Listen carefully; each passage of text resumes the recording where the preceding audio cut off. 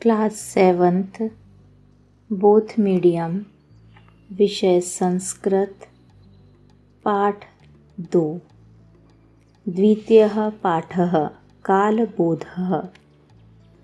बच्चों, आपने सभी ने अपनी कॉपी में संस्कृत का पाठ 2 लिख चुका होगा।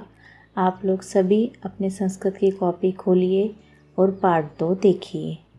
सबसे पहले आपको दिया गया है शब्दार्थ अहर्निशम। अहर्निशम का अर्थ होता है दिन रात। पक्षः, पक्षः का अर्थ होता है पखवाड़ा, है ना, महीने का आधा भाग। उसके बाद दिया है आपको क्षयम। क्षयम का अर्थ होता है नाश या हानि। कला, कला अर्थात शोभा। आगे देखिए, एक पदेन उत्तरम लिखत। पहला दिया है क, सप्ताहे कति दिनानि भवन्ति। सप्ताह में कितने दिन होते हैं? उत्तर है सप्त अर्थात 7। एक सप्ताह में 7 दिन होते हैं ना, लेकिन हम यहाँ केवल सप्त लिखेंगे क्योंकि हमें उत्तर कैसे देना है? एक पद में, मतलब एक शब्द में। ख दिया है कति तिथयः भवन्ति, है ना, कितनी तिथियाँ होती है? 15, है ना, 15। उसके बाद देखिए ग, सूर्य कस्याम दिशि उदेति। सूर्य कौन सी दिशा से उगता है? पूर्वस्याम, पूर्व दिशा से। घ, वर्षे कति मासाः भवन्ति। एक वर्ष में कितने महीने होते हैं? 12 मासः, 12 महीने। ण, चैत्र वैशाखयोः कः ऋतुः भवन्ति। चैत्र वैशाख के समय कौन सी ऋतु होती है? वसंत ऋतु हो। कौन सी ऋतु होती है? वसंत ऋतु। अगला दिया है आपको दूसरा, एक वाक्येन उत्तरम लिखत। यहाँ हमें एक वाक्य में उत्तर देना है। पहला दिया है क, माघ फाल्गुनयोः कः ऋतुः भवन्ति। माघ फाल्गुन माह में कौन सी ऋतु होती है? माघ फाल्गुनयोः शिशिरः ऋतुः भवन्ति। माघ फाल्गुन के समय शिशिर ऋतु होती है। ख प्रश्न दिया है, चंद्रः कदा पूर्णतां प्राप्नोति। चंद्रमा पूर्ण कब होता है? पूरा गोल कब होता है? उत्तर है चंद्रः पूर्णिमायां पूर्णतां प्राप्नोति।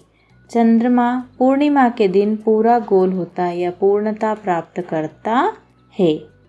ग है, अमावस्यां कस्मिन् पक्षे भवति। अमावस्या कब होती है? 2 पक्ष होते हैं, शुक्ल पक्ष और कृष्ण पक्ष। तो आपसे यहाँ पूछा है अमावस्या कब होती है? अमावस्यां कृष्ण पक्षे भवति। कब होती है अमावस्या? कृष्ण पक्ष में। कौ 2 पक्षो भवतः। अगला प्रश्न दिया है आपको। उत्तर है कृष्ण पक्षः शुक्ल पक्षः च 2 पक्षो भवतः। अभी आपको मैंने बताया कि 2 पक्ष होते हैं, तो पूछा गया है कि कौन से 2 पक्ष होते हैं? एक कृष्ण पक्ष और एक शुक्ल पक्ष, ऐसे 2 पक्ष होते हैं। अगला प्रश्न दिया आपको, समुचितम युग्म निर्माणम कुरुत। अर्थात सही जोड़ी बनाइए। पहला दिया है आपको श्रावण मास से। श्रावण मास के सामने क्या लिखना है आपको? वर्षा। ख दिया है मार्गशीर्ष मासे। उसके सामने लिखना है आपको हेमंत। ग दिया है चैत्र मासे। उसके सामने लिखना है आपको वसंत। घ दिया है आषाढ़ मासे। उसके सामने लिखना है आपको ग्रीष्म। ण दिया है फाल्गुन मासे। उसके सामने लिखना है आपको शिशिरः। च दिया है कार्तिक मासे। उसके सामने लिखना है आपको शरद। यहाँ आपको महीनों के नाम दिए हैं और उसके सामने जिस माह में जो ऋतु आती है उसको उससे मिलान करके सही ऋतु का नाम लिखना है। एक बार फिर से दोहरा रही हूँ बच्चों, ध्यान दीजिएगा।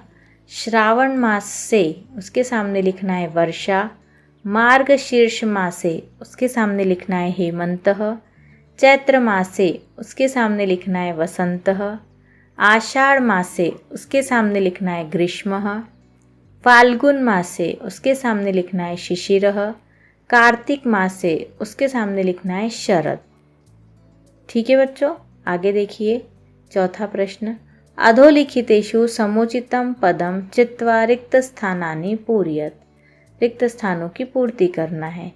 पहला देखो क, शुक्ल पक्षे पूर्णिमा तिथि भवति। पहले रिक्त स्थान में आएगा बच्चों पूर्णिमा। ख दिया है ज्येष्ठ मासांतरम आषाढ़ मासः भवति। ख रिक्त स्थान में आएगा आषाढ़। ग दिया है सप्ताहे सप्त दिनानानि भवन्ति। ग रिक्त स्थान में आएगा सप्त। घ दिया है शुक्ल पक्षे चंद्रः क्रमशः वर्धते। इस रिक्त स्थान में आएगा वर्धते। घ रिक्त स्थान में आएगा वर्धते। न दिया है पक्षे तिथयः पंचदश भवन्ति। इस रिक्त स्थान में आएगा न में पंचदश। एक बार फिर से सुनिएगा बच्चों, ध्यान दीजिएगा। पहले रिक्त स्थान क रिक्त स्थान में आएगा पूर्णिमा। दूसरे में ख रिक्त स्थान में आएगा आषाढ़। तीसरे नंबर पर ग रिक्त स्थान में आएगा सप्त। चौथा घ रिक्त स्थान में आएगा वर्धते। पांचवा न रिक्त स्थान में आएगा पंचदश। आगे देखिए, अगला प्रश्न दिया है आपको। निम्नलिखित शब्दानां पर्याय शब्दान लिखत। अर्थात जो शब्द आपको दिए गए हैं इनके पर्यायवाची शब्द लिखने हैं। और कैसे लिखने हैं? संस्कृत में। पहला देखो सूर्य। सूर्य का पर्यायवाची होता है रवि और भानु। दूसरा दिया है चंद्र। चंद्र का पर्यायवाची होता है मयंक और शशि। तीसरा दिया है पृथ्वी। पृथ्वी का होता है पर्यायवाची धरा और वसुंधरा।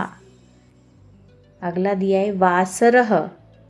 वासरः का पर्यायवाची होता है दिवस और दिवा। अगला दिया है आपको निशा। निशा का पर्यायवाची होता है रात्रि और रजनी।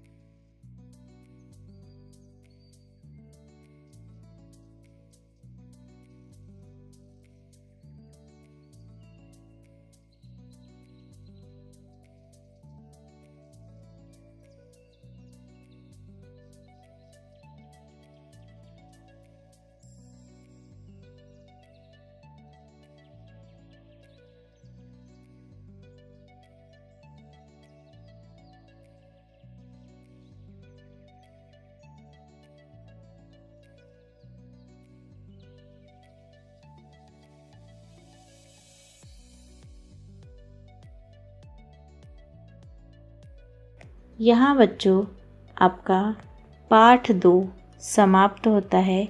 आप लोग इसे दोहराएंगे और याद करने की कोशिश करेंगे। धन्यवाद।